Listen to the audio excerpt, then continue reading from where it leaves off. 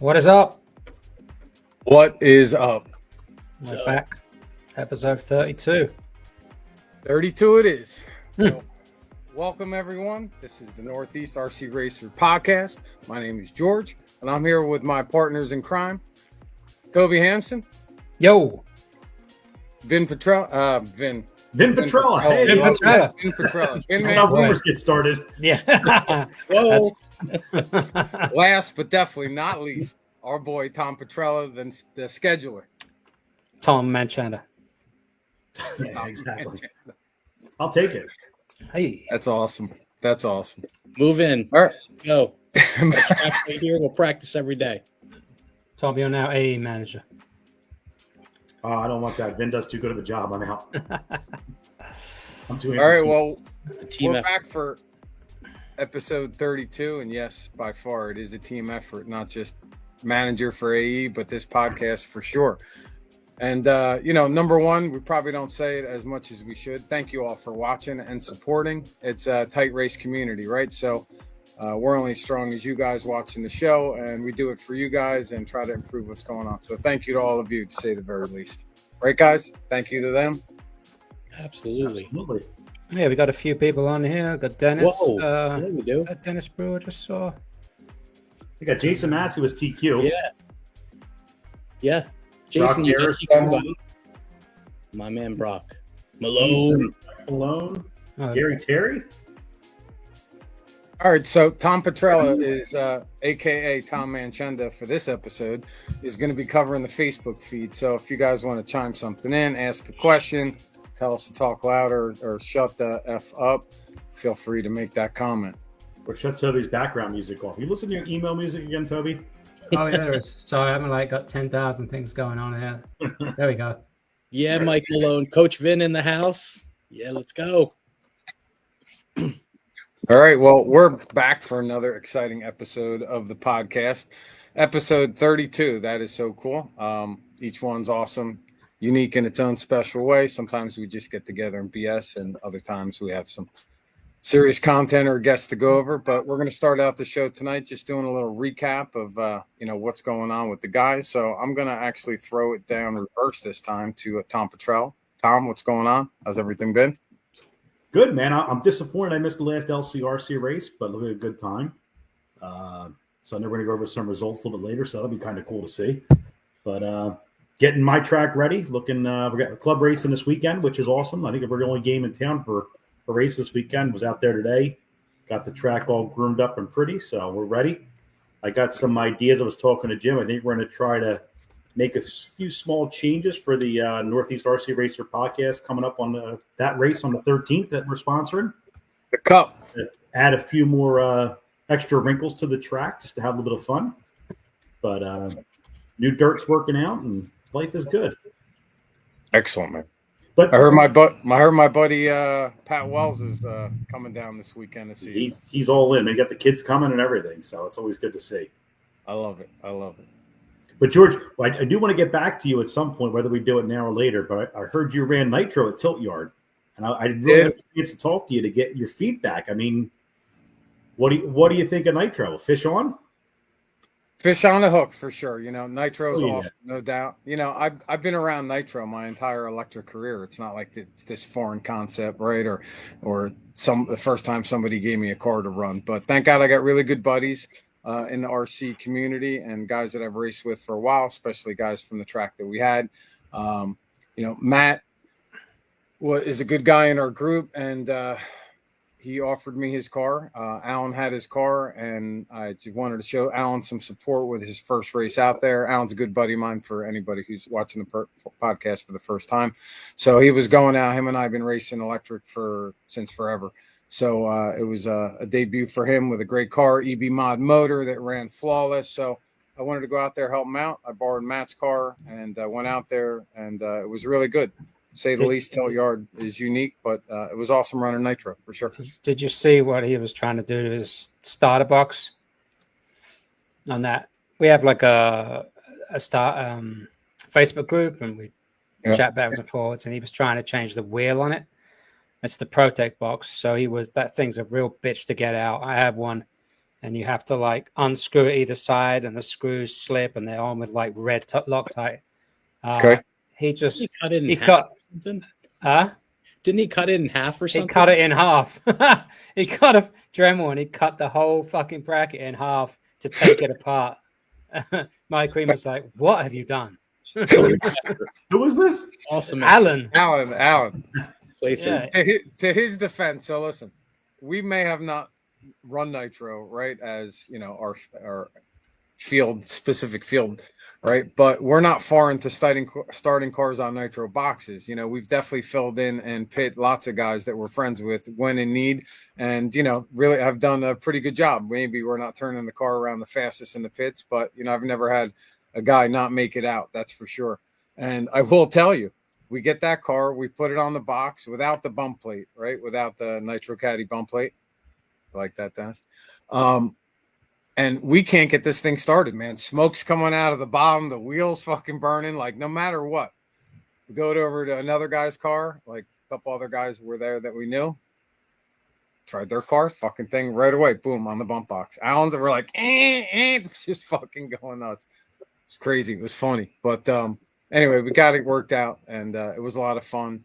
And next year, you never know. I might run some nitro. We'll see what happens. You got to have those Nitro Caddy plates that, you know. We got one right away, and I ended up as a gift Okay, to answer Matt. that. Borrow the car. I bought a plate for him.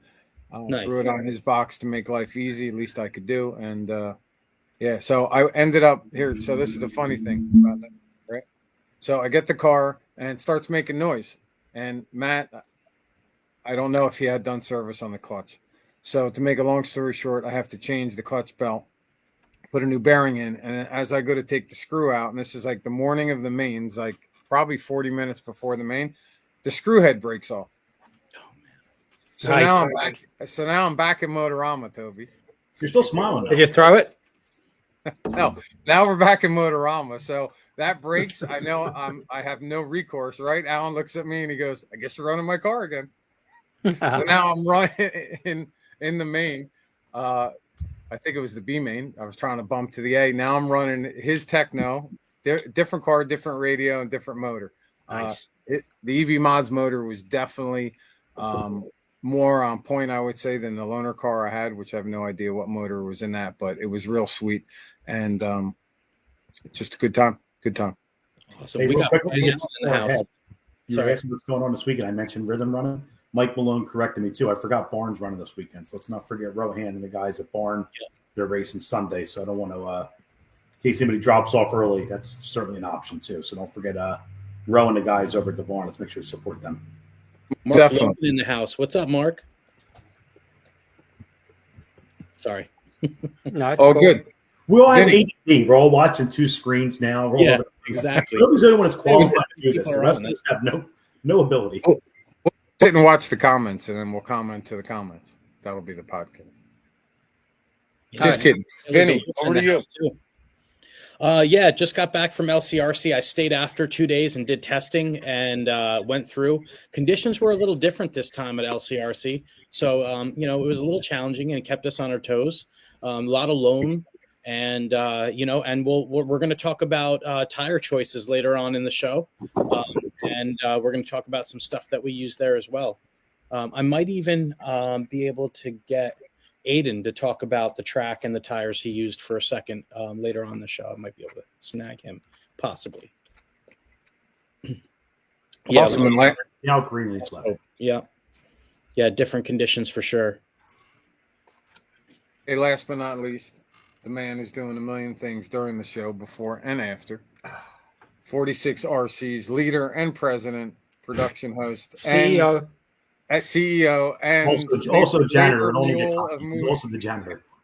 And the janitor. Exactly. I'm the guy picking up all the crap afterwards. Our boy Toby.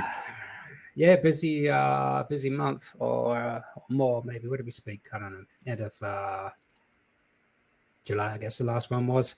Yeah, back to back video coverage for Kiltra Classic, and then the Reyes Memorial race down at Park Lane Hobbies, and then obviously LCRC. So it's keeping me pretty busy. I actually raced twice. Raced no, that's a lie. I raced LCRC. Didn't race at Kyosho Classic. There's no way I'd have had the energy for that.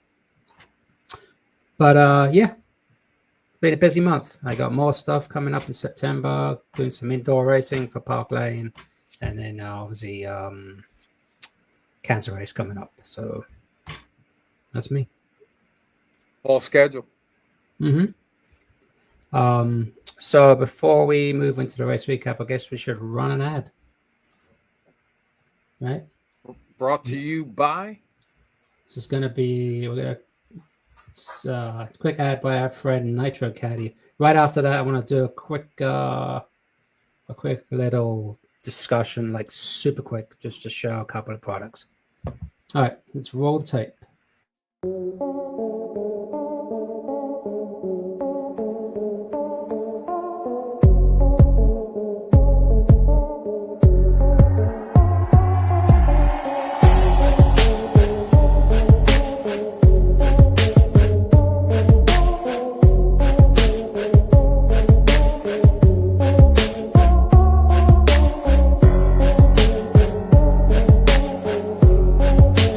It's a starter box adapter plate.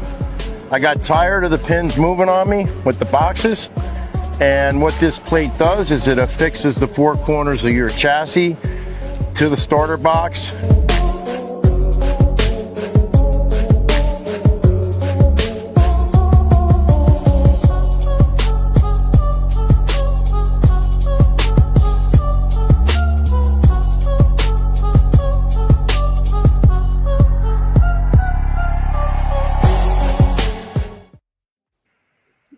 All right, there we go. So I'm going to follow on super quick here. I'm going to switch cameras over. I'm all organized. Check this out. Boom. Look at that. It's my desk.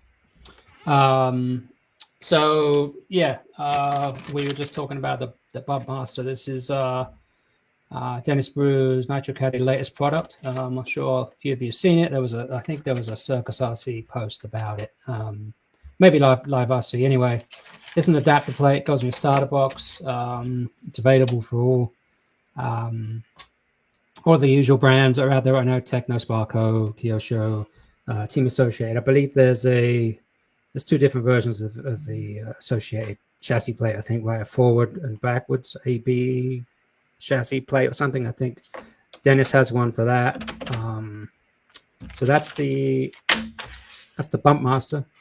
And then there's a picture of my starter box with the plate on it. So you can see there's arrows on it, which helps Rob Samoji know which way to put Dennis's car on. Pretty obvious. You've got your corners here. So this is a Kyosho box. You can tell, but it says Kyosho on it backwards. So that's my plate. Used it this weekend. It was awesome, flawless.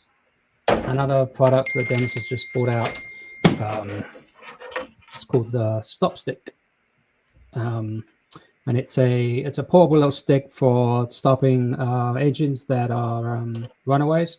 You can, and Dennis does a lot of testing. There's a little pin here. You can stick it over the pipe, and it will basically, I guess, like flood the engine, and it will shut down. You also on this edge, it's in my hand on the edge. You can use that to hit the flywheel. So you can use that in the pits when your driver comes in. You can quickly stop the car rather than trying to stuff your finger in there and burn a hole. Has a super cool little strap on it. You can put it, attach it to your pants, and then whip it out like that. That's it. Cool stuff from Dennis and Nitro Caddy. Carry on, gents. Good job, Dennis. We're still Vince Thunder. We're going to be talking. I see a bunch of comments. Taylor's talking about double bars. He was using Mark Logan talking about double bars. Terry drink beer in the house. I haven't seen Terry in a while. I miss Terry. But I guess it'll be a discussion a little bit later on. Vin, you're on mute, buddy. Thanks. Vin Petrella. I should change my name on the screen. What the hell? Yeah, it's good to see Mike and Terry and everybody else. Race recap. All right. Yes, sir. Tom, you want to get started? Sure. Well, I think the only one you had on my list to cover was the Summer Surge. So Team Associated sponsored a race for us. We ran that back end of July. So I guess we kind of missed it for the last podcast barely. But A-Scale E-Buggy, Ezra Court took the win. Ezra was cooking all weekend, did awesome. Bob Walker Jr. finished in the 2 spot. DJ Cramner in the 3. Let's talk electric truck. I'll just kind of go across the list. Ezra Cork again. Bob Walker Jr. again in the 2 spot. And then Drew Q took home the 3rd spot. That was some really good racing. Those guys were battling back and forth. It was a lot of fun to watch. Nitro Buggy, Zach Sinclair took the win. Mark Broderick.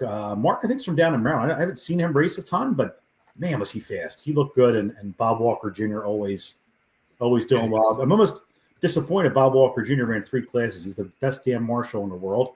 Yeah, so I'm on the track as much as I can out there marshaling for us. 40 plus E-Buggy, Rob Pierce took the win, but Rob Caruso was right there with him. And then Bob Walker Sr. So the apple doesn't fall too far from the tree. And we got 2 more. 40 plus Nitro Buggy, Tim Powers. Tim was rock steady in that race. It was awesome to see. P-Word came down. It was awesome to see P-Word. He finished in the 2 spot and Rob Caruso in the 3. He was battling back and forth with Paul Dalton. I wish I could have been in between them and listened to them complain to each other. It would have been awesome to laugh at. And then Nitro Truggy. Mark Broderick took the win on that one. Again, looked solid all weekend. P-Word in the 2, and then Brandon Branham in the 3 spot. Sweet. I got the results from Park Lane. If you want me to cover those, or you want to cover those, Tobe, from the Ryan Regis race? Go for it. All right, One cool. second. 1 second. Yeah. I'm hearing the name P-Word multiple times. Is that correct? You did. Great job, P-Word. Just want to throw that in there, brother. Frisco. Frisco. Well, P-Word. what's his last name? Don't ask me that. Word. Ah, It's Word. Let's not get into a battle here, okay? Yeah, don't even go there. Continue. Hey, Pat Fistler's in the house too. What's up, Pat? Oh, there we go. Hey, Pat.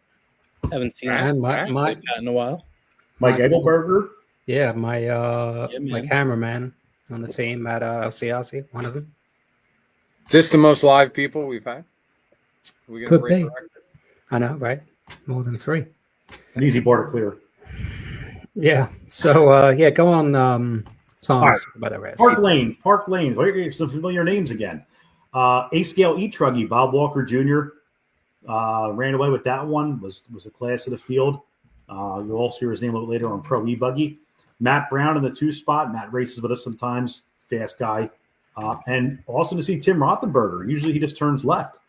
But Tim getting back into off-road, likes that 3-dimensional racing of off-road. So it's good to see Tim out there. A-Scale Pro E-Buggy, Bob Walker Jr. He had almost 2 laps on the field. He was flying. He had a few bobbles early and still came back and drove away. Dustin Kendrick in the 2 spot and Mike Sinali, Nitro Mike, in the 3 spot, excuse me. Sportsman E-Buggy, Johnny Evo. Don't know Johnny very well, but I always respect him because he's always there with his kids, and I like to see that. The Stig, no idea who that is. I hate when I use these secret names. And Gary Van Orden. Yeah, Stick always has Red Bull bodies. Okay, that's right. I heard him saying, yeah, I always get the Red Bull. Full drive short course. I know Taylor's on, so I'll make sure this is for you, Taylor. Adam Stelmack took the win there. The Stig in 2, and then Tom Bolger in the 3 spot. Mini Truggy was run there. And by the way, if you guys haven't had a chance to get to Park Lane, what a fun track. They run it really well. Absolute kudos to Enzo and the crew over there. They ran a great program, and they donated every dollar they made to the family, which I really don't want to forget saying that because About $4,600. Yeah, and they had characters there for the kids. They gave them a bunch of gifts and a bunch of RC stuff. And yeah, was awesome. I mean, absolute class act. Yep. So you guys got to support them. Go check them out. I mean, I'll be trying to order some stuff from them for the holiday season. Just good people to support. Mini Truggy. There weren't a ton of them, but Jerry Tobias took the win. Braden Dommel, the Dominator with the Traxxas out there in the Stig in 3. He was at Tilt Yard. Who's that? Brandon. Okay. Yeah, I know he said he was going out there. Nitro Buggy, Matt Brown took the win. Nitro Mike Sonali in the 2 spot, not too far behind, and Ben White. Ben White's still running that HB. I don't think he's got his new Kyosho yet, has he? I don't know. But Matt Brown is in the house. You just called his name, and he said, "Just gotta get back at it, Gary. What's up, guys?" So he just chimed in. Awesome. It was good timing. He ran all. He's solid everywhere he goes. Good and guy. just a good dude. You asked someone to help. About Marshall. He's like one of your first guys out there. So good people. Nitro Truggy, Kendrick Grace took the win. Kyle Conklin in 2, and Ophir finished 3rd, but I don't think he left early for the race. He was TQ, but he ended up leaving early. They got a little bit of rain, and I think he boogied out of there. And then last but not least, sportsman Victor Alvario. Victor runs down at my track a lot. Good people. He was running a B64 10th scale wheeler. And this was a potpourri class, a little bit of everything, but the car looks solid. I love those things on dirt. Pete Fungeri in the 2 spot, and Johnny Jr., which was Johnny Evo's. I think it's Valerio's the last name. His son, and he's looking pretty good. He's like probably 7, 8 years old, if even that old. He's going to be a wheel if he keeps at it. He's got a knack for it. All right, Tobe, I'm done. Your turn. No, it was a great event. Like I say, it was a great racing actually with Nitro Mike. I actually met him at the end. I think, he was really strong out there, battling the Nitro Buggy and a couple of other races. So it was pretty cool. I don't know the guy until then. But yeah, awesome event, well run. Enzo keeps the program moving along. We banged it out real quick. We had some weather, unfortunately, a few people went home. Some of the mains were a little light, but check it out, guys. Great little track. Kind of reminds me of Dirt Runners, all kind of family atmosphere, and a tight program. It's all you could ask for, really. Like that he took no. Can we curse? He took no BS from anybody too. If you guys didn't show up to Marshall, he knocked them a lap. Didn't threaten it. He did it. It was awesome. We got BB Cruz out there. What's up, BB? What's up, BB? So let's jump into some other races. Kyosho Classic, another huge event. I think there was how many inches? 229 inches on that little track. So that was pretty insane. Long weekend, full day of mains on Sunday. Great weather, hot as balls. So let's touch upon some of these results. They had a double A for for Electric Buggy and Truggy. Benny out there taking the win in E-Truggy. Bob Walker Jr. again. Gavin Nipple. It's your top 3 in E-Truggy double A main. And then your top 3 for E-Buggy. Ryan Lutz, Zach Sinclair, and Chris Mahakian. Let's see. Zach's on fire. Hmm? Zach's on fire. Oh, yeah, he is. Yep. Scrolling back here in reverse order, Nitro Buggy. Paul Rutledge actually was a great battle between Paul and Don Hillard. Hillard came second, but that was a real good battle. Chucky coming up third. He was also pretty fast battling with Don. I didn't realize Don was a lap down. 40 plus E-Buggy, Ophir, Adam Gregory, and Drew. Moving down the order, Nitro Truggy, which I think was only one heat. Benny taking it down.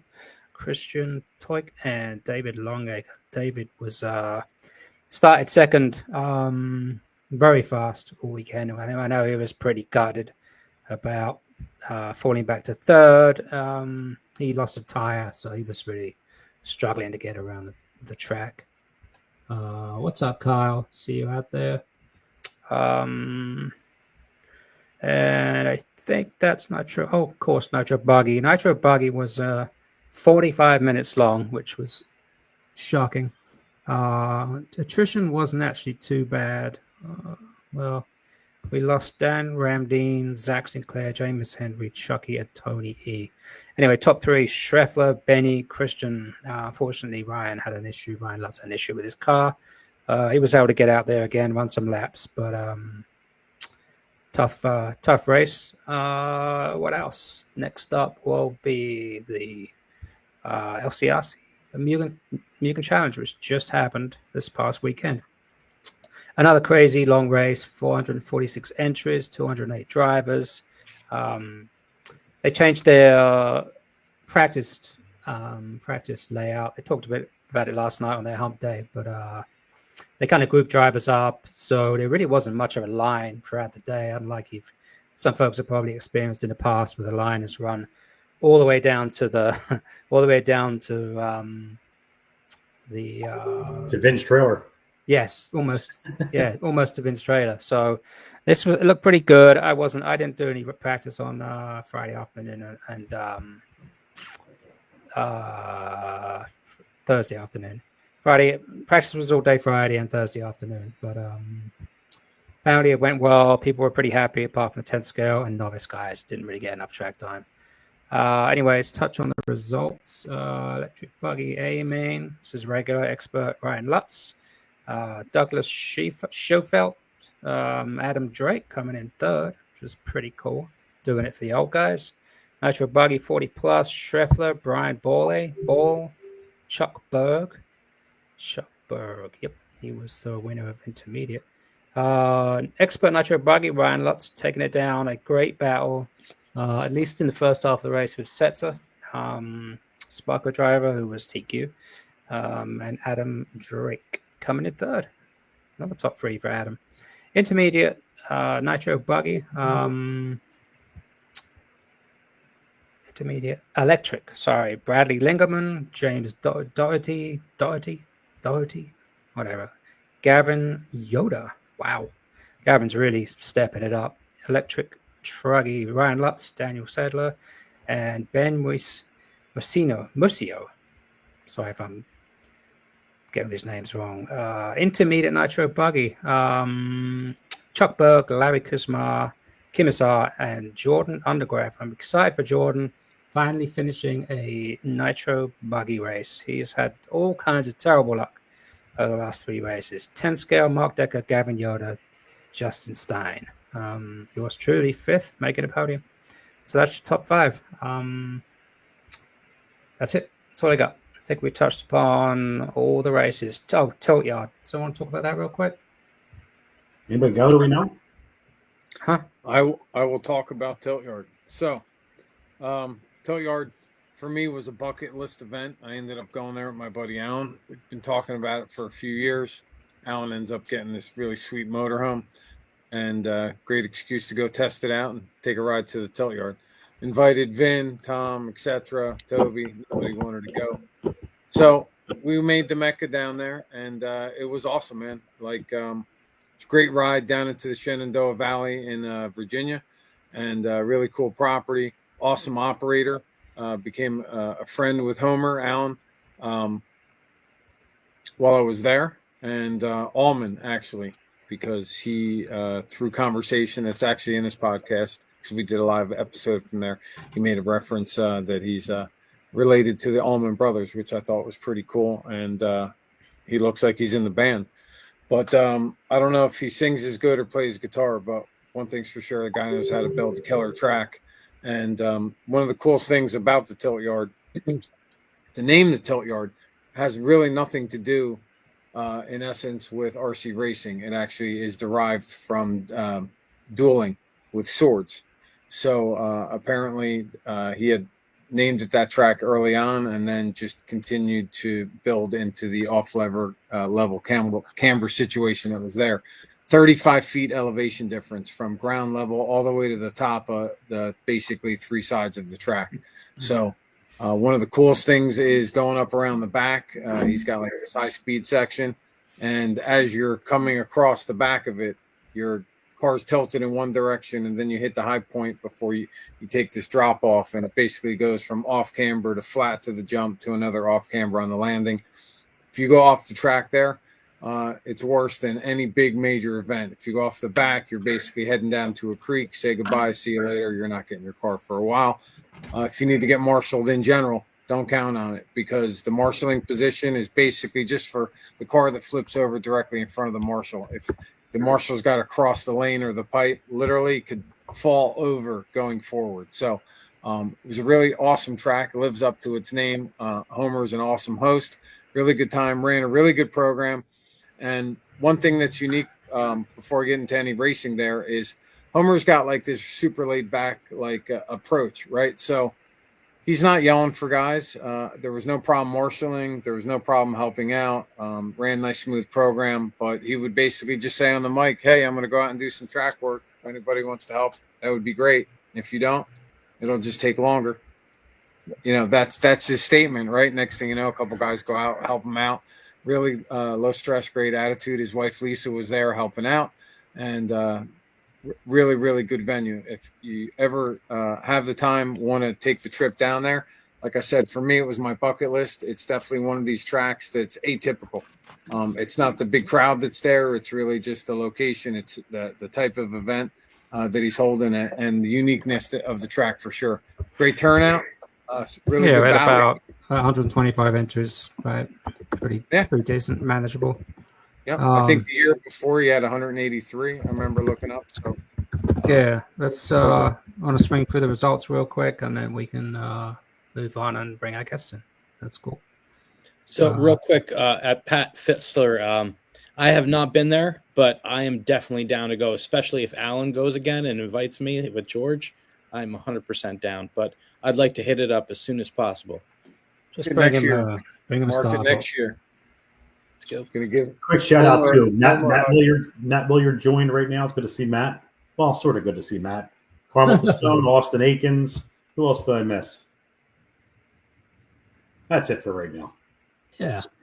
So let's go for the results real quick. Keep us on schedule here. Nitro Truggy. Looks like there was Toby. Really quick, couple guys that we saw at the tilt yard. Tony E was there. Brandon Damo was there with his track just laying it down. It's always impressive to watch that guy race, especially on a track as difficult. He did an awesome job. So did Tony E. And Moji was there. He was actually we were the second guy pulling into tilt yards. Moji was first, I think. So that was pretty cool the night before. And yeah, that's it. Just wanted to do a little recap of the guys locally that were down there. Did good. Cool. Nitro Truggy, I mean, Travis Jones, Mike Kramer, and Preston Smith. They must be regional drivers. Not heard of those names. Nitro Buggy A, 30 minutes. Schreffler, Maddie Long out there. Another previous guest on the show. And Yvonne Mallory. Assume I pronounced that correctly. Javon. Good guy. Sort of close. Good dude. Garrett McCutcheon taking down the win in E-Truggy. He's, I think, our points leader for LCRC. E-Truggy, Josh Knight, Taylor McCanaway. I should have read this before practice reading names. Old Dudes, which I guess equates to 40 plus. Brandon Swisher, third. Tom Stober, Rusty Mihelic. McCallick. No way. Wow, I really fucked that one up. You guys started the English language, didn't you, over there in Great Britain? You guys should have this locked down. I don't know what to tell you. You Americans have got weird names. Aluminium. Aluminium. Don't get started. Jason Schreffler, Maddie Long, E-Buggy, and Wyatt Lawson. 1/8 E-Buggy, Schreffler, Maddie Long. I just said that. And Old Dudes, E-Buggy, Rusty. Say that again. Rusty. McCallick. Thank you. Josh Knight, Brandon Hester. That's your tilt yard results. Looking at our schedule, right? We're almost ready to bring our guests in. Looks like we got to run the Cow RC ad. Right, guys? Do it. We're going to do He's on point. I love it. I know, right? It's amazing. I only had one beer. All right, so we're going to run this ad, and I'm going to do another quick screen share thing and show off a couple of products.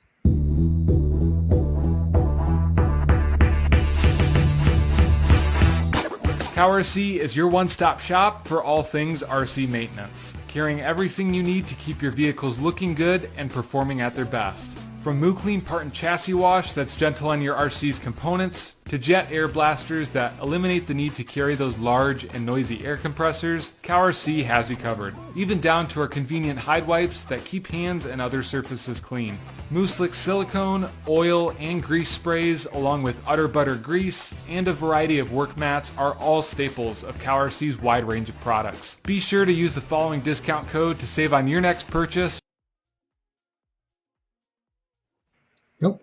Lost the sound there at the end. Anyway, I'm back. Just doing another quick video thing. Where's my hand? Can I quickly just shout out that that Cow RC is having a sale right now, a Labor Day sale, and everything is 15% off. So go check out their site and use our code if you can. But I mean, right now they have the Labor Day code, so Awesome. I recommend using that. And good point there, Vince. So, to touch on a couple of things. These magnetic trays, I use them all the time. I'm sure you guys have seen them. Great for. So right now I'm just rebuilding my car, so I'm able to like put my front end stuff, my rear end stuff there, and miscellaneous things. So you should check them out. You can get a big one that's like pit max size, which I'm going to use when I get my Kyosho MP11 and build it.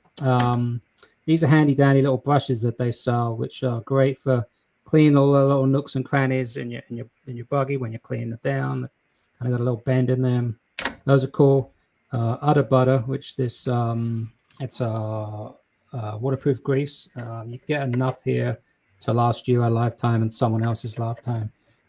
This container actually it's relatively expensive, but one of the value propositions that they make is you're never going to need to buy this again. Same with a lot of their sprays and concentrates you use for washing. Last one is the degreaser. I use this all the time. And clean electronics, cleaning residue off tires, you name it. So they've got a ton of different sprays. This is I think $13.99, but you very high capacity bottles, a lot more in them than other brands. All right, back to somebody else. While I switch cameras, and then we're ready to bring on guests. Well, Toby, just one thing on that Udder butter stuff. I bought some syringes off of Amazon, just plain syringes, and I packed it in the Udder butter in the syringes. So like rather than carry the whole container with me, That's I can cool. squirt right on the gears, use wherever I want to use it.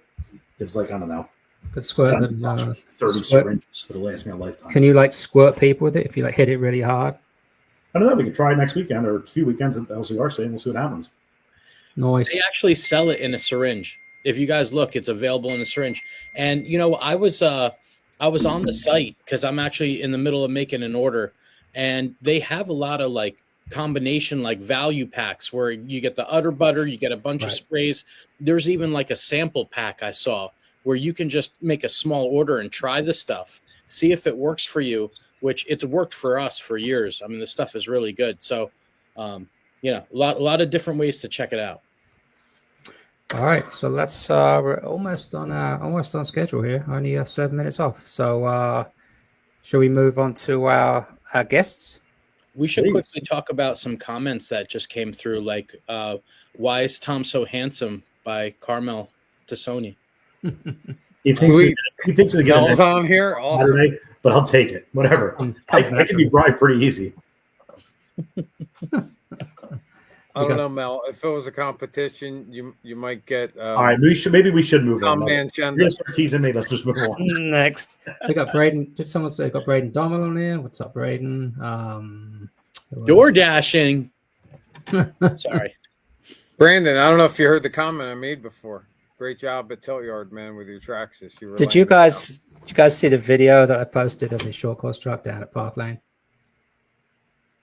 Oh yeah, Braden's needed the Benny Hill music. I didn't want to pay for the sound, but yeah, you got to go to the 46RC page and scroll down. There's a hilarious cut I made of his car at Park Lane, with the fenders come detached from his short course body, and they're just flapping around in the wind. He goes off these jumps, and I was trying to follow him with the camera, and I was just giggling like a school child back there. But it was freaking hilarious. Anyway. Show it. I will try and cue it up, Mike. But let's move on, right? Should we bring in our guests? Yes, sir. All right. Who wants to do the introduction? We got two awesome guests, two friends of mine in RC for sure. Coming from Barnstormers up in New York, I'd like to welcome Corey and Omar. What's up, guys? Boys?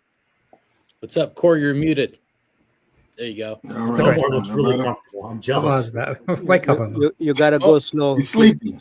Omar, you on a hammock? Omar's sleeping. He's still recovering from Exactly. Yep. All right. Well, it's so awesome to have the two of you guys on here. I figured let's do a combo. I just gotta get a beer. The second combo that we've had on here. Actually, the last combo was actually from the barn as well. We did Tonto and Bless many episodes back, so it's good to do another combo pair from the barn. You guys are awesome, man. Always fun to race with, to say the least. I've had like this ongoing like battle with you guys for like years, including Alan, right? So Alan's That's the been only reason I run e-buggy. Only reason I run e-buggy just to chase you around. The only reason. Thank you, sir. I don't know if there's any. I think I might be chasing you next time we meet, from what I've been seeing. So we'll see what happens. But you know, you guys are always fun to pit with. You guys are like this comedy team together. Got two pit mates that are always having fun when you're racing. And there's a he stresses me out for an entire weekend. I needed therapy after being with him for 4 days at LCS. You should see what these guys eat. They have like a kitchen in their oh yeah, in their pit. Some of the food they make. Oh my god. You know, Omar, I was actually surprised. I saw a couple of your picks this past weekend, and I see like this Blackstone with like tons of like bacon and eggs and pancakes and stuff. What happened to the package? Last time I saw you, there was this cooler of like all these packaged meals that you were eating on like this strict diet. What happened, Omar? What happened? Corey happened. That's what happened. You gotta one day, instead of traveling with Alan, you gotta travel with us. You gotta see the way this guy travels. First class, it looks like. No, I pack up my SUV, full size SUV, bring down my chairs flat, and still put some stuff on the roof rack. This guy, oh God. I barely have any space to fit in the car. But I'm blessed because if we don't have something missing, he has it. If we need some parts, we need a tool, he has it. Everybody knows that Corey has it. Yeah, but hold on. You said parts. And if I'm going to catch up to what's going on, maybe I'm wrong. Maybe I've been out of the game like user XY4639 commented on the last podcast about whether or not I was racing or whether or not I was just participating in the podcast.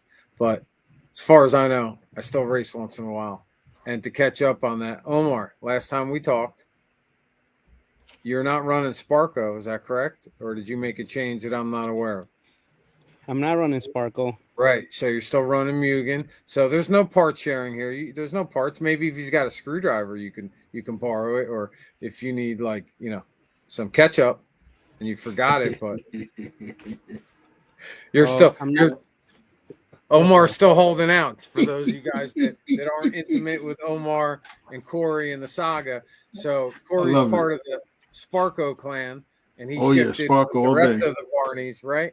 And Omar refused to make the shift because they used to be a big. Well, so Omar ran TLR for a while. Then he finally said, "TLR, see you later, baby. I'm tired of you. You haven't been sleeping with me well enough." So then he moved over to Mugen, and it was like this whole new phenomenon for him. His stats started going up. He started getting more competitive. He started smiling more. He had an attitude now. And then all of a sudden, all the guys at the barn jump ship from Mugen, and they head down this fucking Sparko trail, right? And now Omar's like, where am I going? I got direction. I like my Mugen. This goes in depth, guys. I'm just keeping it short, contrary to what Toby actually thinks right now, because Omar and I had a conversation. We did. Maybe start yawning. Omar and I had this, one-to-one conversation one night, and needed some consulting, and I just gave my opinion on what was going on. Part of that opinion was, HB it's a shame it's going out because it was such a really good car. That's some of the backdrop in there, but he held tight, stayed in Mugen, doing well. And I don't know, Corey, how do you feel about that?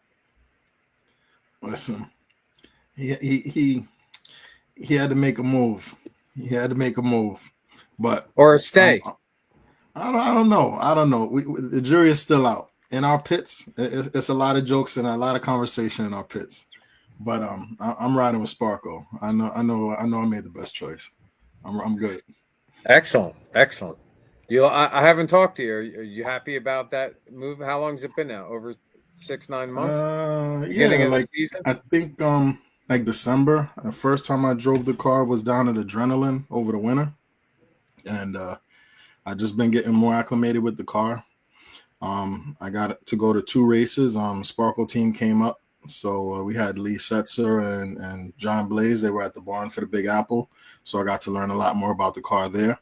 At the Mugen Challenge, the team was out there as well, so I got to learn a lot more. So I'm really learning, the difference between the C Hub and the Pillow Ball, because I was on that Mugen before. So really learning how to dial a car in, and it's cool because I'm dealing in a pit full of HB guys between Barto, Omar, and Tony. So I got to deal with these knuckleheads, but it's cool. That's Corey, interesting. what's your take on C Hub versus Corey? What's your take on C Hub versus Pillow Ball? What do you notice different from moving from Pillow Ball to C Hub? I'm feeling like He can turn. That part for real. That part it can turn and you could control a turn. And I know at least I can't speak for any other C Hub car, but I know at least with the Sparkle, every change that I make, I get to really feel it. So I'm really I'm enjoying that. For a long time with the Mugen, when I would make changes, I wasn't quite sure if I could feel it or if I knew what was happening. But a lot of that too, I drive a lot better now. So it's a combination of skill plus the car, I guess. Well, I think it's learning, right? It's confidence building when you realize, hey, I can make this change. I know it's going to do something. Because I'm with you. When I first started with this, I'd make changes like, did I really change anything or not? And then right. I don't know how much of that. I mean, I'm sure partially the car, but also partially just your knowledge and experience. Like you said, you're hitting your lines consistently, then you really start finding that difference. Yeah, it's funny you guys bring up that point.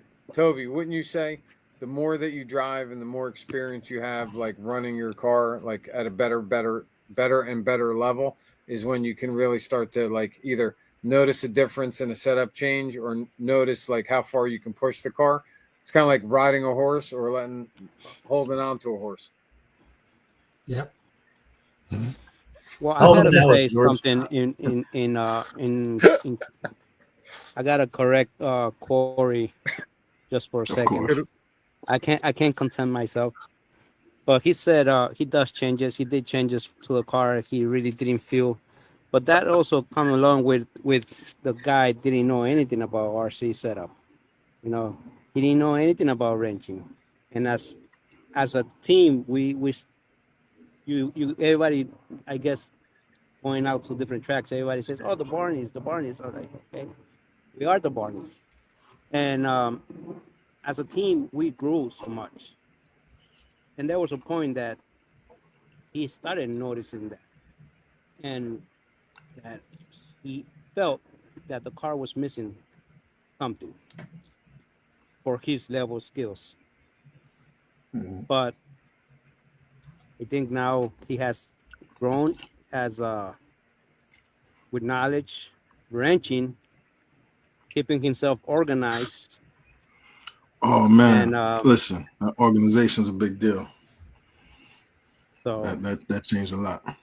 But I think that comes with experience, as keep on, and with the help of everybody, everybody, you name it in the industry.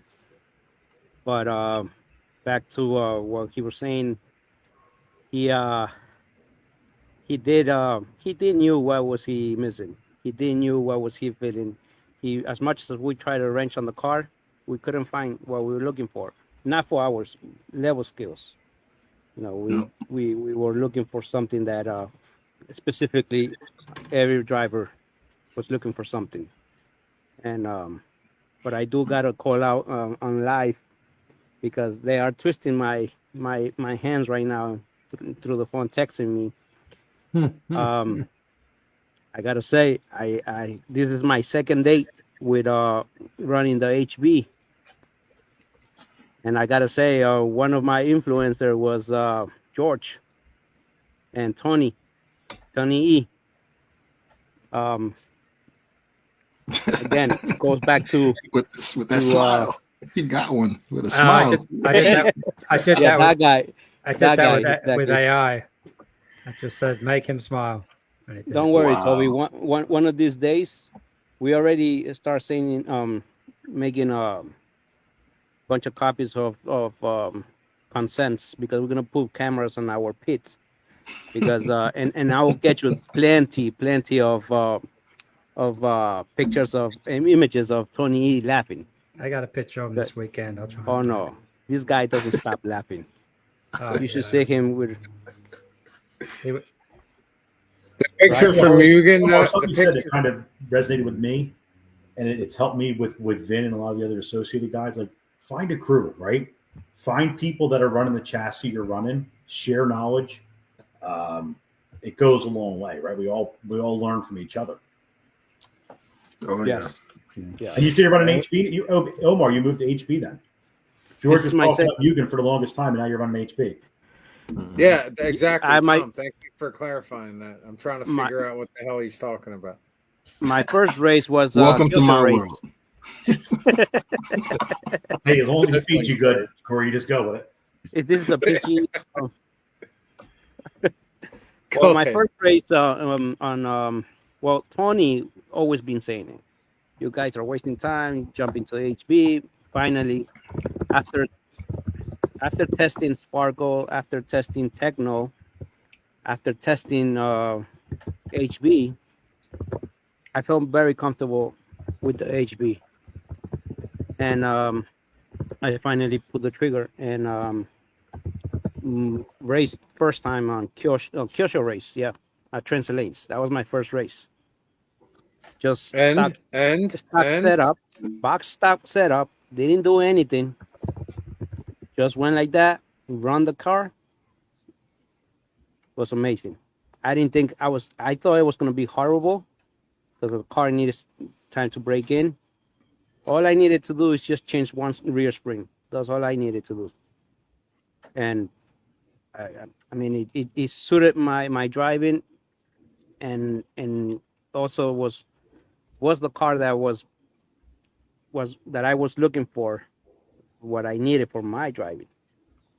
And everybody was saying, you know, you look good, but I didn't feel that into Mugen Challenge, where I was struggling finding a little bit of grip, and I was talking to Thausa, and he gave me a lot of tips and tricks. But the car just naturally it's pretty good car. I don't regret it. It's the car to be for me. You know, and that's the key thing you just said, man. It's for you. So until you try a couple of these cars out, they all look the same, from arm's length. But until you try them, it's unique to see how a certain car can suit a certain driver, and then the opposite, can also be a racing sentence, so to speak. And I'm glad you tried it, Omar. Good for you. I only have one question. Are you buying parts from Ophir? No. Gotcha. Where are you buying parts from? There's a lot of places. I mean, Absolute is the first source, but there's a lot of places online that I was checking out actually today. And Facebook Marketplace. eBay. I mean, if you go to Absolute, it's pretty stuck. Yeah, because they probably bought all of the inventory. But I hear they're close for shipping for you, so that works out pretty good actually. Yes, yeah. I mean, I hear the HB is not going anywhere, so that was another thing that I was a little bit holding back. But the more I waited, the more I let these guys get faster than me. So Corey, as a follow up to his statement, so Omar's running HB now. So did you see a visual difference in Omar's performance running the HB this last race? I'll say that I'll say he has more confidence. I'll say he has more confidence. Before, with Mugen, he was always nervous. And just didn't know how the car was going to respond. So now he has more confidence, so he can get on the gas and he's going a little faster. Similar experience that I had. My first race down when I went to Adrenaline with the Sparko, I ran 98% consistency. First time ever. So, with confidence, you're able to just push the car and your consistency goes up. And we know that consistency is what wins. So it's like I saw that in Omar. He lacked the confidence, so he wouldn't push the car. So he's going faster now because he trusts his car. No, there you go. That's a big statement right there, man. There's no doubt. You got to trust that car to see what it could do at the end of the day. And HP is definitely good for that. I gave thumbs up before, but I like to just say K-Car Kyosho, at least for me being a prior HP guy for a while. Kyosho, as an example, is like it's like HP's a Mustang, but Kyosho is like the BMW. Let's just touch on one point. Omar, this picture here was when Omar got a podium, I think, Nitro Intermediate Nitro Buggy. He won the B main, I believe, and it worked his way up to the podium in the A. So that was pretty impressive. Fucking A, Omar. Mm-hmm. Well, you know what? Again, that was is with that an Mugen. HP? No. That was Gotta be transparent. That was with a Mugen. That was my last shot. If that was my last race when I said, you know what, we gave it all. Even Jamie Greg was helping me. Awesome dude, very knowledgeable. I learned so much with him. He's running the Mugen, so I was picking on his brain and I learned so much. But I mean, I was still slow, and I knew, again, like Corey said, consistency wins, and that's what's another thing that Jamie always had told me. He's like, you gotta work on your consistency. Forget about the setup. The car is as much as you tweak it here and there, it's not gonna give you what you're looking for.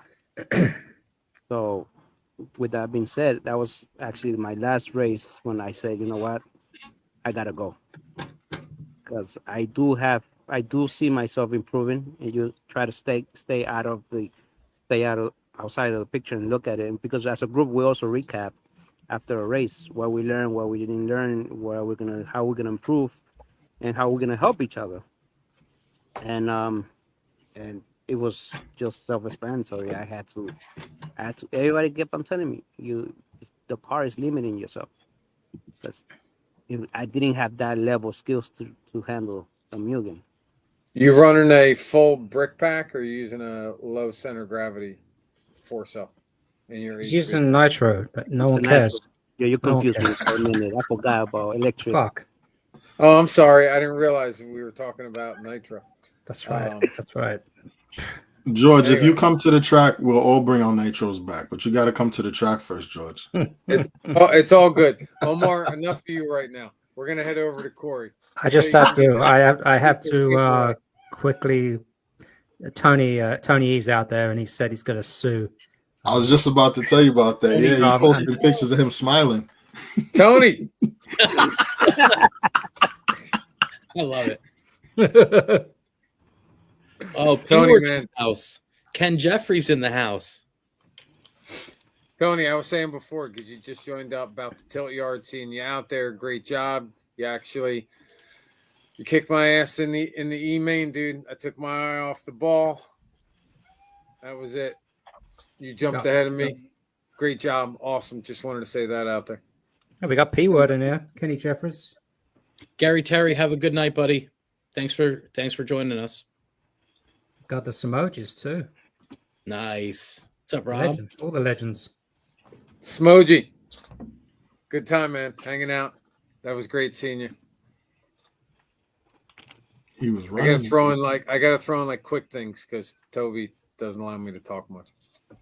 Just trying to keep it on schedule. All right. So let's get over here to Corey. So Corey, you're in Sparko. You got some organization now, Mhm. apparently, because you hang out with Omar. So he taught you how to like tie your shoes, apparently. So tell us all No, no, about. no, no, no. So Omar, tell us. Omar, Omar taught me. I'll tell you, Omar taught me a lot about wrenching and freeing up my drivetrain. That I got Okay. to give Omar credit for. But I'm the organization. I'm the organization guy, and I tell you that give it to Vin. That Kyle RC pit mat this weekend was awesome. Like that, I took it off my desk at home and I brought it to the track, and that thing really kept everything lined up for me this weekend. And it was like it was super. Omar, I tell you, I tell him every week, okay, Omar, listen, this week my goal is to keep my pit clean. You gotta get on me when it starts getting too crazy because my stuff will be piled up high, and I can't find my way around the pit. But once I decided to get organized, my racing program got a lot better. I learned a lot from Jay Bless. We would sit and just talk about organizing stuff, and like that really helped get my racing to another level. Is getting organized, knowing where to find my stuff, because then I wasn't intimidated by doing any upgrades on my car, because I could just jump to it quick because I knew where everything was, and it just that's a huge deal. Organization. Yeah, man. Like, Yeah. sorry, Vin. Toolboxes, bins, right? How you set up all that stuff can be unique Yeah. depending on how you want to roll. Mhm. Sometimes, especially winter hits, you look at your toolbox or your stack system and you're like, all year I've been tired of reaching for this and it's not in the same bin Yeah. as that. You take all that shit out, throw it on the floor, blow out all the dust and repack it. And yeah, man, there's definitely a system to being more efficient that helps out with racing. Vin knows Yeah. more than anything about that. Well, this past winter is like when it really went to another level because I decided to start doing on road. I live like 15 minutes away from 360 track. Wow. So going over there with Bless, doing on road, it's like now I have 10 scale carpet, 10 scale dirt, 8 scale nitro. It was insane. So it's like, unless I had a way to organize all of this shit, I was going to be screwed. So I could get to the track now and I know where everything is. And it's just like, it's a big deal. So is the on road helping you out? I didn't do it enough, but it definitely did help me out. It helped me learn a lot more about my throttle finger. Because you hit it too hard, you flipping. It's just guaranteed. So yeah, learning to roll the throttle was a big deal over with on road. But I haven't done it nearly as enough as I need to. But it's a lot of lessons to be learned out there, though. Touring It's car. no joke. Got Yeah, touring car. Got it. Touring car. Was running my Mugen over there. I got a Mugen and I got a roller. So this winter, hopefully, I'll get back out there and do some more. I'm gonna try and get up there and see you. It's top notch facility over there, man. Yeah, Yeah, I got a 12 scale here on deck, so I'm gonna try and get out there 2 or 3 times this Oh winter. yeah. Let me know, Toby. For sure. Yeah, I've always been a 12 scale fan. It's just. You do that pan car? Mm-hmm. Oh boy, that's blinding. Oh God, yeah, it is. 13.5s. 13.5 is ridiculous. Crazy. Mm-hmm. So, guys, let's talk a little bit about what you guys got, how you guys got into RC, right? And then I got some questions that are going to be related to like the club you're affiliated with, right? There's some questions about the barn we'd like to get to, but I want to talk a little bit about how you guys individually got into RC and what RC does for you guys. Omar, how'd you get into the hobby? I think I got into the hobby in I was actually doing some research because I didn't even know how long. But I think it was like 2019, something like that. Okay. And I'm gonna say very personal note. I was in a place back then with a lot of stress because of work. So I end up seeing a therapist, and she suggested to me to get a hobby. So I was doing all kinds of things to see what will help me. And one day I went to Gun Hill because I found out about this track on Gun Hill. So it was a it was a big deal for me because I love cars. I just love cars. So I end up going there. I met a couple of guys, and then one day, uh, Mike tells me, "Have you been at the barn?" I said, "No. What's that?" And he starts telling me about the barn. So then he Mike, gave me directions how to get there. who's Mike? I forgot his name. What's his last name? I Anybody help think me they here? call him Mike Esdale. I think that I was guess his. that. I think that Yeah, was his name. I never met him, but that's the name I heard all the time. pretty cool guy. I think he's one of the originals back in the day at Gun Hill Okay. Okay. that worked with Fort Knox Rohan. in the Bronx. Yeah. Yes, and yeah, one day he gave me Rohan's number, so I called him. He's like, yeah, come on Friday. That's when big Friday nights were very popular at the barn. I went and I take a look and I see how the place was and what I needed to run. So my first car was so I came back the following week on a Friday and I bought a Arma Typhon, and that's what I was running. And then that's where every night, Friday night, that was a very popular night. Um, that's where I met Tony, Dave, everybody, So, and then no, Omar, real quick, what was it about that Friday night that did it for you?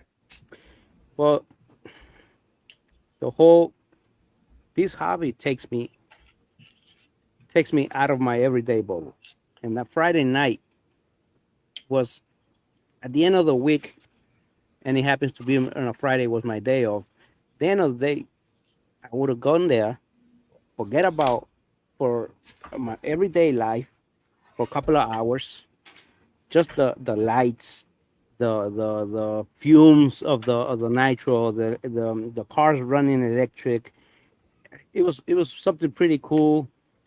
Everybody there, it's just different. It's just different from running it during the daytime. And it was small club race where you could be practicing, get there at 4 o'clock and be practicing and start at 6, 7 sometimes, and be back home early. But it was that's what really got me more interested as I was able to do it on my day off. So, and just the fact that took me out of my everyday, and it still takes me out of my everyday.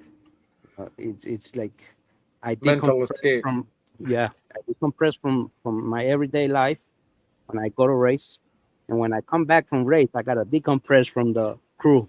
It's like Yeah, I was gonna say, Corey, he's got the mental escape from work, but he gets there and then he's got to deal with the stress of pitting with all the Barneys. you don't Absolutely. know, you You're gonna don't get know. flamed up. You're gonna get flamed up. Oh, so funny story. So after I met Corey, and he actually brought me into to the group. I mean, I was talking to Rohan, Tony, but they had their own little group. And the first thing Clicky, Corey eh? tells believe that. So the first thing Corey tells me, listen, I'm gonna bring you to the group, but you gotta have thick skin. I'm like, okay. He always kept on saying thick skin, thick skin. After a couple of days there, and I'm like, oh, okay, oh, okay. It took me a while to, and sometimes to the day, we all say, it's hard to swallow, but we all This take it guy's in. tender over here, man.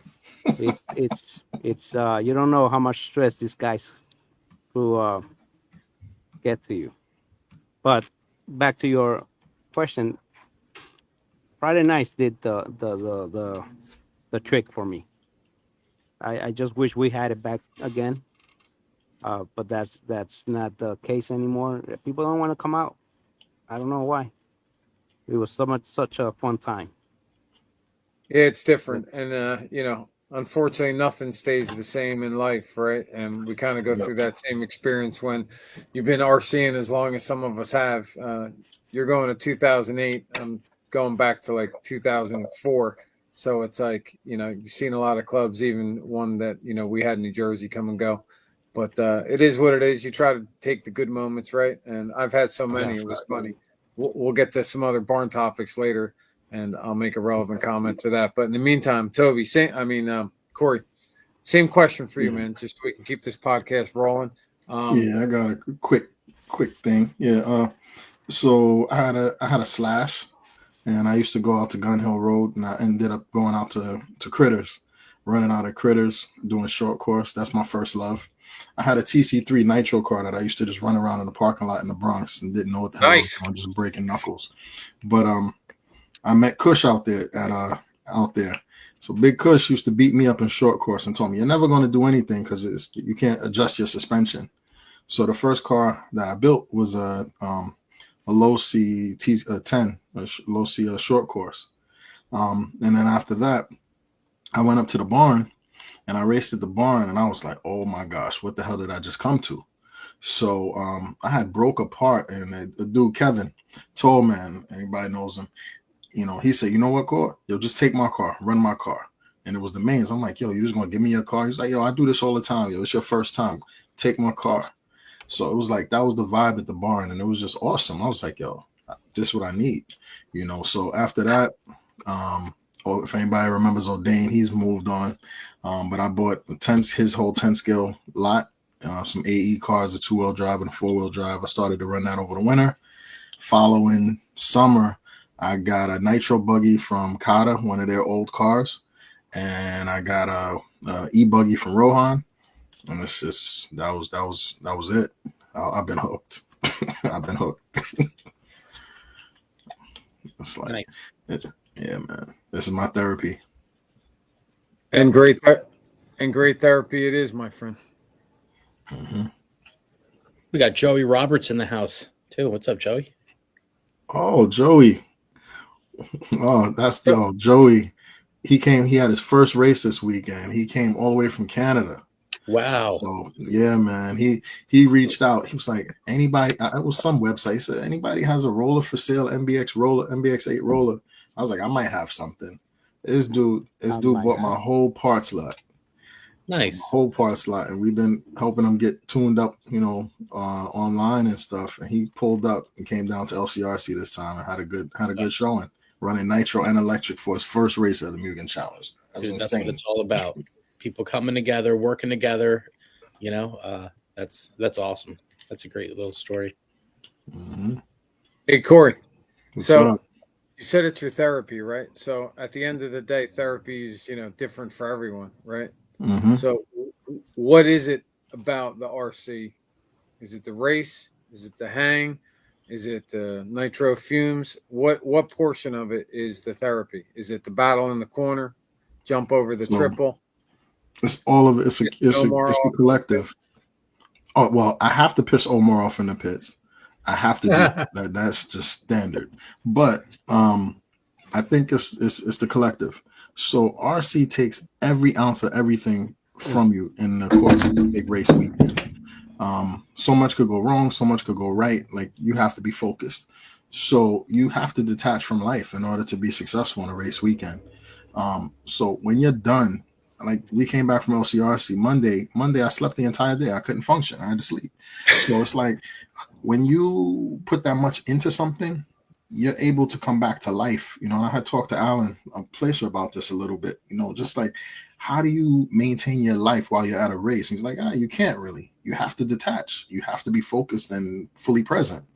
So if you really dedicate that during that race weekend, when you get back home, you're able to give everything you have to your life.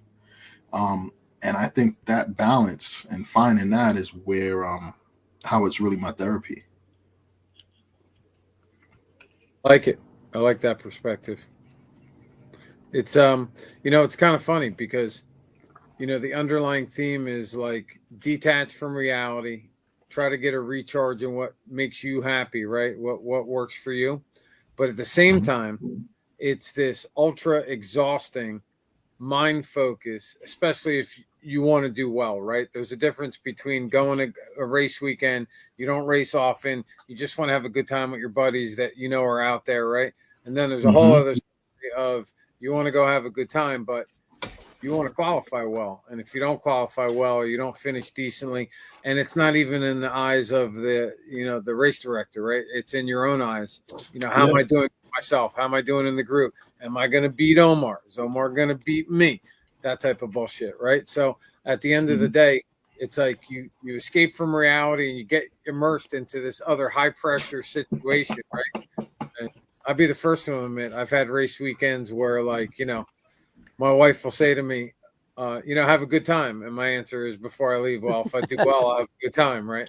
So anyway, it's funny how we put ourselves in that other environment of stress. But then, like when you said, you come home, you've had that recharge because you I don't think anybody could actually quantify it, right? When you can free your mind of the everyday bullshit or the emails from work or the shit you got to do at home or stuff you got to do for your family or kids or wife or mortgage payment, whatever the fuck it is, right? And you can get that off your mind for 8 hours, or you can get it off your mind for 3 days. You're going away, right? You come back on the ride home, you might be exhausted, but that it's like somebody took a brick off your back or your head, right? And nobody could piss me off. Nobody could piss me off for like 48 hours after a race weekend. Right? I don't care what you do. I'm good. I have enough in my tank that I'm okay. You also can't stop thinking about your race weekend for 48 hours after you got back to work too. Oh my gosh, we stay on the phone talking about what parts we have to order. What did we learn about camber? What is suspension setups? It's crazy, and it's like a 4-way call. It's 4 of us on the phone talking. It's nuts. That's awesome, man. That sounds like a lot of fun. Actually. Oh, exactly. Barto just talked about it. We're on a 4-way call. Exactly. All right, so since Barto's there, I'm going to ask Barto a question since he's listening right now. So, Barto, who's the top dog in the group? I don't want to ask these guys. I want to ask you. Who's the top dog? Oh, no, that's easy. That's hands down. He better be honest, too. That guy, exactly. There you go. There you go. Yo, that's top dog right there. I don't know. I saw Barto run some pretty awesome laps at the end of last season. I haven't seen him this year, but I call him the devil. Consistent. Diablo. The Diablo. That is named the Diablo. He sits back there like this. He sits back there like that, knowing he's pulling the strings in the pits, talking smack. That's awesome. Yo, I gotta say one thing here. I've seen a lot of comments about what we're eating in the pits. I think at the next big race, we need to have a cook-off or something with all of the chefs in the pits. I like it. Nice. Yes, that's a good idea. I'm going to throw Matt up there for Top Chef at LCRC. Yeah, well, man, we need to have a brought it up. I'd like to quickly talk about that topic real quick. So we got the boys hanging out at the back of the RV. You guys are right across the way. We smell your good food and all that. But, the boys have been like they hang out right there, and they're good kids. Like they're wrenching and they're doing all their stuff. But no, we set it up so they have a Blackstone that actually Alex, the announcer Alex Schultz, he donated it to the boys. I mean, we're gonna give it back, but we'll keep it clean. Thank you, Alex. But it's for the boys to use. They're gonna grill, do burgers, all that kind of stuff. So I don't know about cook-off and all, but yeah, Dominic Smith works at Wendy's, and he's been making these killer smash burgers. So maybe we'll have a little a burger off or something like that right there in the corner. Feed a couple. Yeah. See, this is what RC is about. The pits. I was used to going and getting an Airbnb and all of that, spending $400 for the weekend. But since I started camping out at trackside at LCRC, it's like I've never had a better time. Just being right there, sleeping at your pit, waking up at the track. It's crazy. And shout out to Steve Flynn, because he really did give me some good tips on how to cook. He's like, no, you got to cook the burgers like this. I tried this new method. I've been cooking burgers for years, man, doing it my way. But yeah, Steve, thank you, man. Good method. I used it. It worked. Everybody loved those burgers. I'm going to keep doing that. And Steve, anytime you need a burger, man, you come on over, see me. I'll have plenty right there. That goes for everybody. All right, enough about burgers.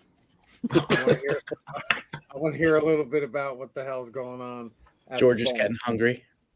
I am hungry actually. You guys ever do breakfast for dinner? We do that once in a while in the house when my wife's tired of making great meals. She normally does. So tonight, I think I got 3 over easy waiting for me with some hash browns when I go inside.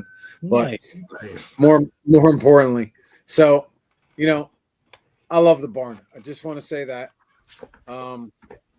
You know, I'm racing out of New Jersey my whole racing career, hobby, whatever you want to call it. And the barn was like my second home when things started to slow down and like down in Vineland or our track wasn't around locally. The barn is where I went all the time. It's where I met you guys. It's where we raced forever. Indoor racing is kind of where I started. I just love that place. I love the heritage, the racers, the old Barneys, Lou, so on and so forth. Rohan, the whole crew. But, it's been tough there the last couple of years. And, Rohan doesn't really come on the podcast and tell everybody what's going up or try to support. I know there's some development in the local area at and around the barn. And it would just be great if you guys could tell everybody, what's happening there, if anything, and, what's going to happen next year. And, your involvement at the track. And, I want to say personally, thank you for all the help that you guys have done in the last 2 seasons, keeping it going. Without you guys, I don't know if there'd necessarily be any racing there, but tell us what's going on. So, let me take it, you taking it, old boogie.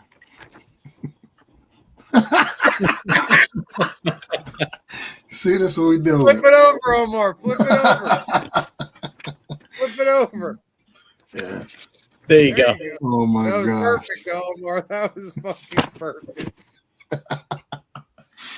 So listen, the barn is, man, that's home for me. That's where I really learned my racecraft.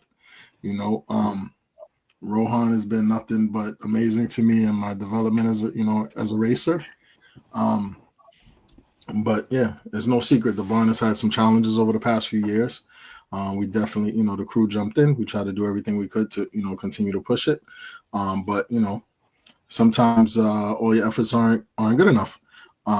But the barn, as it stands right now, the barn is still up and running. There's a race there this weekend. I believe it's number 3 of the series, the Nest series. So the points should be posted. I'm not sure, but yeah, race number 3 is up. There definitely is a sign on the top of the barn that says for sale. You can see it from the highway. That's public knowledge. So I'm not sure the backstory with that, if what the owner is doing there, but I know as it stands right now, the barn is up and running. Rohan's busting his hump as he usually is. And right now it's not all said and done. He's pushing for it to be there next season. But one thing that I think would really help, I know Toby, you put out that race calendar, and it really it's really important because it's a limited group of guys, that race. And when we conflict with each other, it really causes a problem. So I think that's one piece that really, really hurt us this year, on top of the weather. The weather is just retarded, where it's like you racing and it's get washed out. So it was really hard for the whole beginning of the season. It was like 2 months where every race was rain and it was just mud, and guys did not want to go back out and just run around with all of that dead weight on the car full of mud, having to swap bearings after just one race. So this year was really, really a challenge, but I don't know. I mean, I did talk to Rohan this week. I talked to Rohan, about what the plans are, and he has all his energy. He has a renewed passion since switching to Sparkle. He has a renewed passion for racing, and it was great to see him. He came out to LCRC, and he was out there. He had a blast, camped at the pits with us. So he's all about racing right now. So he's doing what he can. And I just say that as a race community, we have to be kind to each other, and we have to really, just respect each other's calendars as best we can. Sometimes things, can't be helped, but we got to respect each other's calendars because it's a limited group of guys. But yeah, that's what I got to say about where we're at with the barn. There's definitely a for sale sign on the top of the barn, but Rohan is doing everything he can to keep pushing it and for us to have it for next year. It would be pretty cool if there was like a like a board for all intents and purposes, right? For like the local tracks in the Northeast, right? So everybody rushes to get their calendar out every year, right? So they can claim dates basically before the other group does. A lot of these tracks typically run, I would imagine, like LCRC. Toby would know better than I. Most of the dates they pretty similar year to year. Toby, like Yeah, pretty much every year, like the third week of the month is pretty pretty typical. So, yep. So like a board would be pretty cool if you could get the people involved to try to communicate to be able to work out those differences. But I guess it festival is roar is, but that's the only way. Toby there's no need to recreate the wheel. Toby has it. It's available. You know, it's there. He's Toby. I gotta say, you've been super consistent in keeping it up since you came out with that calendar. And it's up. You know, it's up. I mean, there was a big conflict with even when you have stuff where it's you can't, there may be a conflict here and there, but even when you have like the Big Apple Challenge, there was a conflict Big Apple Challenge weekend, and that was out a long time. So it's what it is. But that's just my 2 cents. I just hope the race community is nice to each other. Yeah, I don't think any track really wants a conflict, but what Toby has is really awesome. And there it is. There's the link. And go ahead. And I gotta say, it not only helps every single track, but it also helps us as a racer to schedule our lives. For me, I go to Toby's calendar in order to put it in my family calendar, because I have to pick the days I'm racing to keep my life balanced with my wife, my kids, and it's, he really did something big, just bringing every single, because sometimes before finding out about Toby's calendar, I used to go to everybody's single page to bring it in. So much work. So thank you for that, Toby. No worries. You could also give the calendar to your wife to tell her not to book those weekends. She knows. She's a big supporter. She knows. That's awesome. Comes to the point she asked me, "Are you racing this weekend?" I said, "No." See, not in the calendar. No, well, okay. She could just assume you're going to race, and then you can say, "No." Is it my turn for a question yet? Huh? Say that again. Is it my turn for a question? Absolutely. Okay. Or is yours, Vinny? If you guys don't mind, I want to segue right into my segment and make it like an open forum. Is that cool? Totally. So yeah, I want to talk about tires, and I want to start off by talking to you guys about what tires do you guys use at the barn, and what do you use when you guys first start out, and then what do you guys use towards the end of does it change, or are you using the same tire? I'm not talking about compound. I'm talking about tread right now. We're going to talk about both compound and tread, but I'm just asking you guys. So I'll say this: the past few years, I've been on J Concepts tires, and I'll say reflex are always good. Adam came down for a Big Apple Challenge, and he pretty much says, if it's wet, it's green. If it's spots, then it's blue. Once it's dry, it's A2. I followed that, but at the barn, I feel you can just go up a compound just off rip, because the traction to me is just insane. Abrasive. And I know Blaze, when he was up here, he used to run AKA just medium compound all the time. And when I would practice, the harder compound I would have faster times, regardless of the time of day, the time of year, whatever. It was just hard compound. So that's my experience at the barn. It's just a small pin tire and you're good. Rob Samoji, round tires. Thanks, Rob. Oh. Thanks. And Rob, regarding ice cream, no, like it was ice pops. They're actually in the freezer. So, I just, was slacking on handing them out this last event. Sorry about that. But ice cream, I am not. Aiden has strictly forbid me from ice cream. In fact, I smell like chlorine because I just came from the Y with him. We were swimming, and he's got me on this program, so I'm going with it. But ice pops, we got them. But yeah, back to you, Corey. Like I completely agree that's great advice right there. And like one of the first things you want to do is you want to figure out what compound you should be on. And the heat does have a lot to do with it, but you really do have to read the track. And you nailed it. Like you want something really soft, and even if it's wet, you want spacing in there, right, in the tread. So yeah, I run JC as well. The green reflex, that would be my starting thing. Omar, do you run JC also, or what do you run? I run raw speed. I've been with raw speed for 2 seasons. Okay. And I could say they have great product.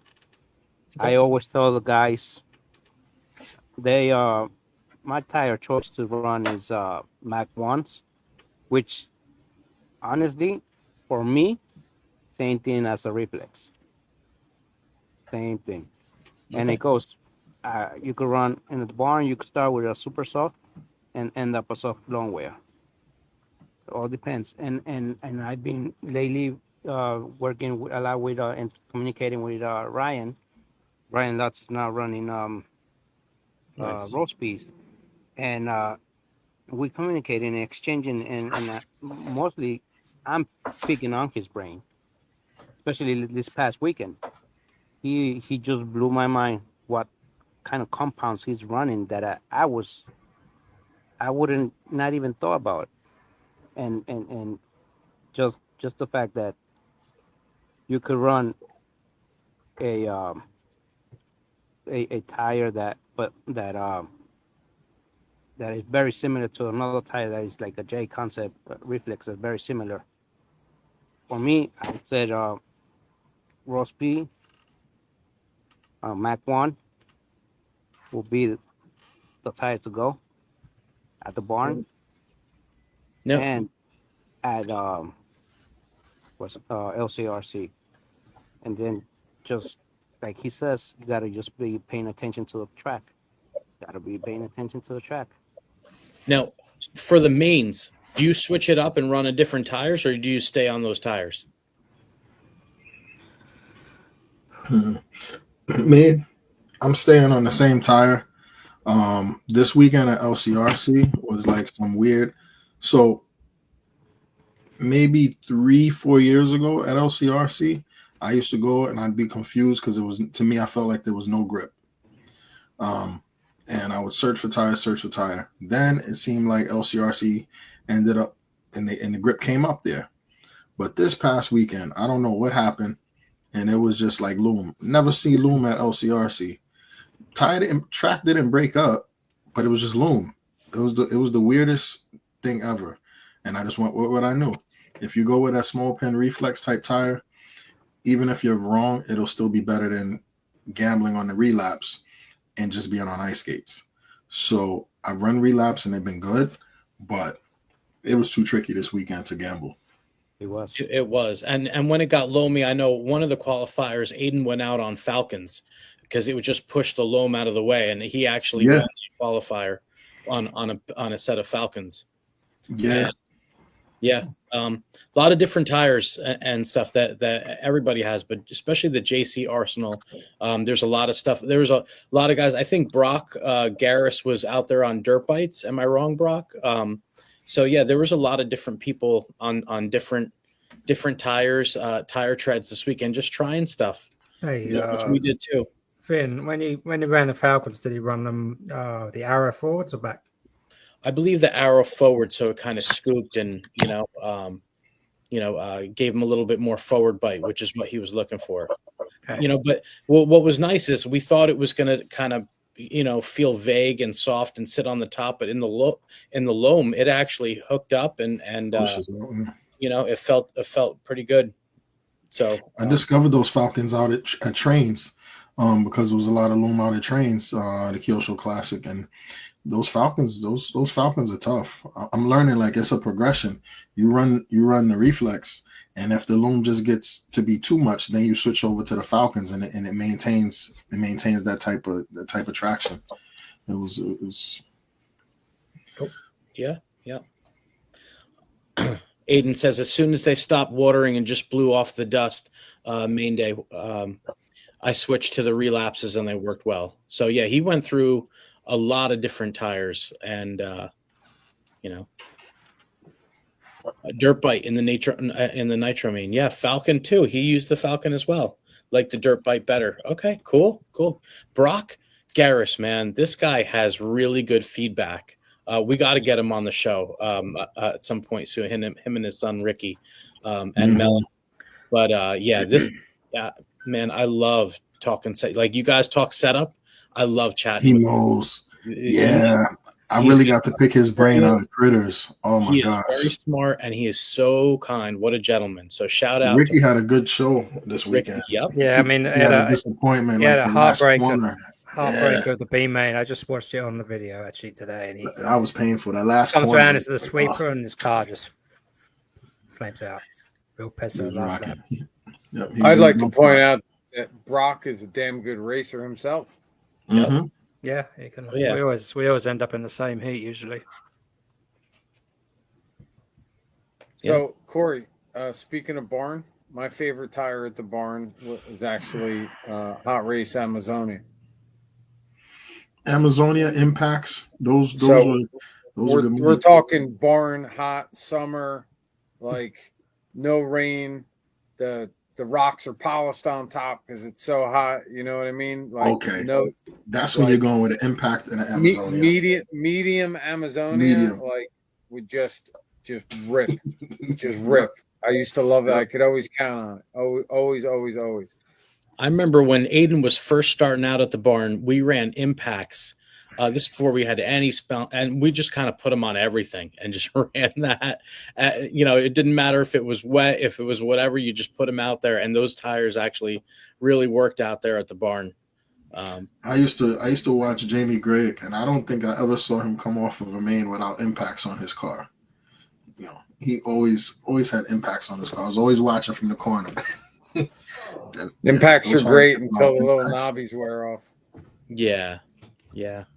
It was a good all around, much like the Reflex, you can kind of put it down. If you're not sure, I'd go out there on a Reflex, and there's a lot of good tires out there. But yeah, I think Reflex. Yeah, relapses are more like LCRC, and when the track gets a little bit more polished up, the dust is off to the sides, and now there's a groove. You want that relapse. You want the small pin configuration. You want, it's set up to give you a lot of forward bite. And a lot of times you're going to run that relapse. I would say, like, if you're starting out, maybe have the relapse in the harder compounds, like a blue and an aqua, for the mains. That would be your main tire. But reflex, that's a tire you can have, in most definitely want to have that in green, definitely want to have that in blue. Don't think you're going to need it in aqua as much, but you're going to want it for tracks like Barnstormers, where you're not going to get to a relapse situation. You're going to stay there. And if the sun is over, like somebody commented, I think Mike Malone, when the sun's over the barn, once that sun comes over the barn, he said, the grip comes up, you better be on some aquas, right? Especially if there's a lot of people there. Absolutely. And then your chicken is out, and there's all those people, and everyone's having a good time. Rohan singing. Those are vibes. Yeah. All right. So we've been going about an hour and 40 minutes. So I think that we should. So last call for tire questions. Come on, guys. Does anyone have a tire question? Before Toby kicks us out, he's tired, man. He wants to go to sleep. I haven't yawned once, just FYI. Yeah, buddy. I got a question really quick, Vin. Make it quick. Rim stiffeners. You guys use them or no? So you want to the rim bands? Yeah, that's a good question. So And that has to do with, we talked about tire prep before and all that. The sidewall stiffeners, those rim bands or sidewall stiffeners, whatever you want to call them, that's when you're like in between compounds and you need like your speed is coming up. You got more like a track like what we had is a super speedway, higher speed type of track where you're pinned for a little bit and you need a stiffer carcass, a stiffer sidewall, if you will. And something like because a lot of those really, really soft, for example, like JC Black compound, there's a compound where you could use a sidewall stiffener and stiffen it up a little bit in the sidewall and then make it like a really usable tire. Otherwise, the black is like kind of too soft for almost anything besides maybe Motorama. That's what I bought them for, and they're just sitting there. So yeah, that's where you're going to want your sidewall stiffer is a situation like that where you want the tread to be soft, but the sidewall to be stiffer, at least the outside edge. Hope that helps. Yeah, he did. I got a set of blacks that sit in the bottom of my bin. What about are you gluing your foams on your super soft? So when you have a high speed track and you want to make sure that it's not moving around so much, it's not a bad idea to glue those foams. When you really need the traction, then you might not want to do it, but it's like you can almost feel the tire squirming a little bit underneath, and especially like you said on a super soft. So there's bands that go like what Brock is talking about, that go around the ribs. You can we talked about cutting the foams, and you can V-cut them and all kinds of stuff for more traction to make it's almost like lowering the PSI of the tire. There's less foam in there, there's less pressure, right? So that's why we V-cut and do that. But the bands that Brock might be talking about are the ones that go in the rib, and they're similar to gluing. They make it tighter so the foam isn't moving around, and that's going to increase stability. You're going to give up a tiny bit of traction for stability. So if you have more of a super speedway track where you're demanding more from the tire, higher speeds, you're going to want to do that. Nice. Good info, Vin. Always good info from Vin. So Tom says he glues green compounds only. All right. Good to know, Tom. What happened to Tom, by the way? He had something else to do. He got bored. Commenting. He's out. He's got other friends. He's commenting. Yeah. Yep. All right. Toby, you want to close the show down? Yeah, I want to pull up the Brandon Donald section for some amusement. I don't know if you guys are going to hear the sound, but it's definitely worth watching. This is Brendan. Sorry, his short course at the Ryan Reese race 2 weeks ago. Here we go. You guys see that? I don't know if you're going to hear the sound or not, but the video says it all. Well, that's that fender you were talking about. Looks like he's got angel wings.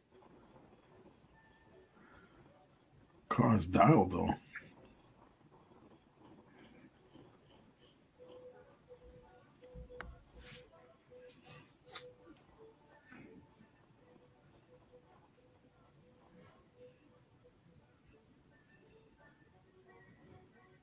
Good driver, man. He's got a lot of throttle control. He doesn't overdrive. He's good, man. You put him in a real A scale, he's deadly. Yeah. Oh, I lost the screen. Anyway, I thought that was freaking funny. I cannot get that to go away. It's crazy how the body was broken equally on each side. What are we watching now, Toby? I have no idea. It just came on. It's on my Facebook feed. Anyway, let's go on to upcoming races, and then I think we can wrap this up. So coming up next, what do we have? This weekend, I think, is a club race at Rhythm, and also NES 3, right? You guys just mentioned 3, yeah. Up at the barn. Yep. Is that a 4 race series they're running up there? I believe so. Yeah. All right. So the weekend after that is the Electric Challenge at Trains and Lanes. That is a spec tire e-buggy event. All the other classes are running, but I believe for just electric buggy, it's a spec tire. I'm not sure what it is. Last times previously they're TZO, so don't know. It's probably on the flyer. Weekend after that is the NERP, Northeast RC Racers podcast race. That's down at Rhythm. That's our event. And then an event also, actually another event on the 6th of September, which is the same weekend as Electric Challenge, but it's a different category. Is a race called the Enzuro, which is at Park Lane Hobbies, and it's actually a mini Z race in teams. So it's a team race, 4 drivers. I don't know the details, but that's should be interesting. I'll be down there actually streaming it, which should be interesting. Streaming mini Zs, but I'll make it work. And then I think that's it, right? We're up to date. Did I miss anything? No, other than the fact that in September we're going to have the NERP Cup 2 on the 13th of September. It's going to be held at Rhythm Raceway. It's going to be an awesome event like we had last year. Appreciate all the local guys that came out, that watched the podcast, that wanted to help support us. We're going to have awards for TQ and top 3. There's going to be a 50-50, hopefully some other product giveaways that we'll be able to work out. Unfortunately, our video crew will not be there. I think there's a conflict. So maybe we can get Vinny there with a Polaroid so we can get action shots of you guys coming around. Those will be for sale for $5 a piece. Blurry copies are $6, by the way. There's another race on the 6th. Actually, WOCRC have their state championship. So a little bit of a lot going on September 6th. So I guess it's a good choice. And yeah, it's hard to find free weekends this time of the year. I'm just busting your chops, pal. We would have loved to have you there for sure. No, I'm just saying. Braden just posted that. That's it, right? All right. What are we at? An hour and 51 minutes. You got it. We are 21 minutes behind schedule. We're trying to keep it an hour and a half for you guys. So to wrap it up, I will say, Omar, Corey, pleasure having you guys on. Awesome. Great friends of mine in the RC hobby. Look forward to rubbing fenders with you guys again soon. Omar, can't wait to continue another battle once again. And Corey, when we do race again, I will do my best to keep you in my rear view mirror. Good luck. But I know that exactly, right? Good luck. Episode 32. We really appreciate you guys coming out. Vinny, thanks so much for giving us the update on tires, compounds, some of the good formulas to use. And I think you're right, Corey. There's a progression in tires, so I think that's probably helpful for a lot of guys that put those pieces together. Sometimes people don't think about it that way. Tom Petrella, thanks a lot for sponsoring the race Up and Coming. Toby, thanks so much for always putting the podcast together, making it happen for everybody. The lives are working out really good. We'll probably do the balance of programs for the rest of the season with lives. We're going to have some good podcasts. I really like to get Ophir and his kid on here between now and December. So let's talk about that. Yeah, I think Benny deserves it. We can ask Ophir some really interesting questions about his behavior at the track. So that'll be an interesting podcast. Oh, boy. Get ready for that. All right. Well, we appreciate all you guys watching. Dennis Brew, thanks so much for being a sponsor and coming on. Shmoji, same for you. Dennis, it was also great seeing you at Tilt Yard. I forgot to say that before. And we look forward to seeing you guys for episode number 33 on the Northeast RC Racer podcast. We can't do it without you guys. So we'll see you at the track. Thank you. Awesome. Thank you, everybody that chimed in the comments and all that. Thank you very much. Please don't forget to like, subscribe, share. See you guys. Yeah, no doubt. Let's get more than 12 people on the live next time. Let's do it. All right, y'all. Catch you next time. Thank you. Good night. Take it easy, guys. See ya.